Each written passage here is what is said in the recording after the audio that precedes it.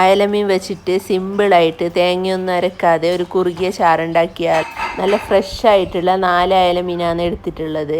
മീനൊക്കെ ഞാനൊന്ന് ക്ലീൻ ചെയ്ത് കൊണ്ടുവരാം.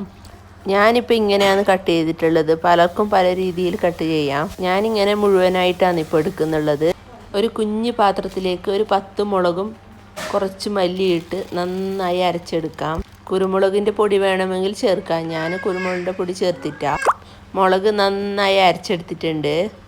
മീൻ കറിയല്ലേ, അപ്പോൾ മൺചട്ടി എടുക്കാം. ആവശ്യത്തിനനുസരിച്ച് വെളിച്ചെണ്ണ ഒഴിച്ച് എണ്ണ ചൂടാകുമ്പോൾ കടുകിടാം. കടുകൊന്ന് പൊട്ടിക്കഴിയുമ്പോൾ ഇനി ഇതിലേക്ക് കുറച്ച് ഉലുവ ഇടാം. ഉലുവ ഒന്ന് ചൂടാകുമ്പോൾ വെളുത്തുള്ളിയും പച്ചമുളകും ചതച്ചത് ചേർക്കാം.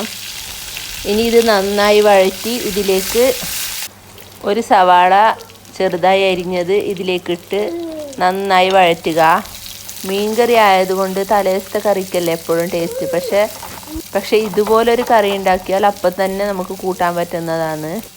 ഇനി ഇതിലേക്ക് കുറച്ച് ഉപ്പിടാം. ഫസ്റ്റ് തന്നെ ഉപ്പിട്ടാൽ നന്നായി സവാള മൊരിച്ചെടുക്കാം. സവാള നന്നായി മൊരിഞ്ഞ് വരുമ്പോൾ ഇതിൽ പുളി ഇട്ട് കൊടുക്കാം. സവാള നന്നായി മൊരിഞ്ഞ് വന്നിട്ടുണ്ട്. ഇനി ഒരു തക്കാളി ചെറിയ ചെറിയ കഷ്ണങ്ങളാക്കിയത് ഇതിലേക്ക് ഇട്ട് കൊടുക്കാം. തക്കാളി നന്നായി വെന്ത് ഉടച്ചെടുക്കണം. തക്കാളി നന്നായി വെന്ത് ഉടഞ്ഞിട്ടുണ്ട്. ഇനി ഇതിലേക്ക് അരച്ച് വെച്ചിട്ടുള്ള മുളക് ചേർക്കാം.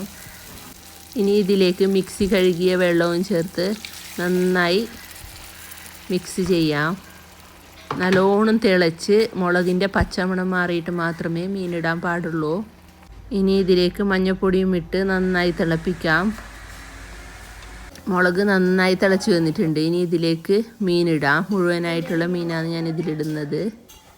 മുഴുവനായിട്ടുള്ള അതിലിട്ടിട്ടുണ്ട്. ഇനി 10 മിനിറ്റ് നന്നായി വേവിക്കുക. ചെറിയ തീയിൽ വെച്ച് നന്നായി വേവിച്ചെടുക്കാം.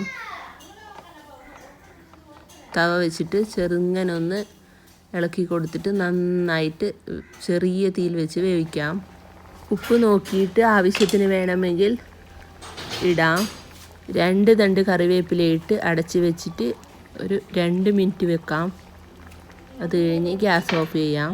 അടിപൊളി സ്മെല്ലോട് കൂടിയ കുറുകിയ ചാറ് ഇവിടെ റെഡി ആയിട്ടുണ്ട്. നല്ല ചൂട് ചോറിൻ്റെ കൂടെയൊക്കെ 1 സ്പൂൺ കറി മതി ചോറ് കഴിക്കാൻ.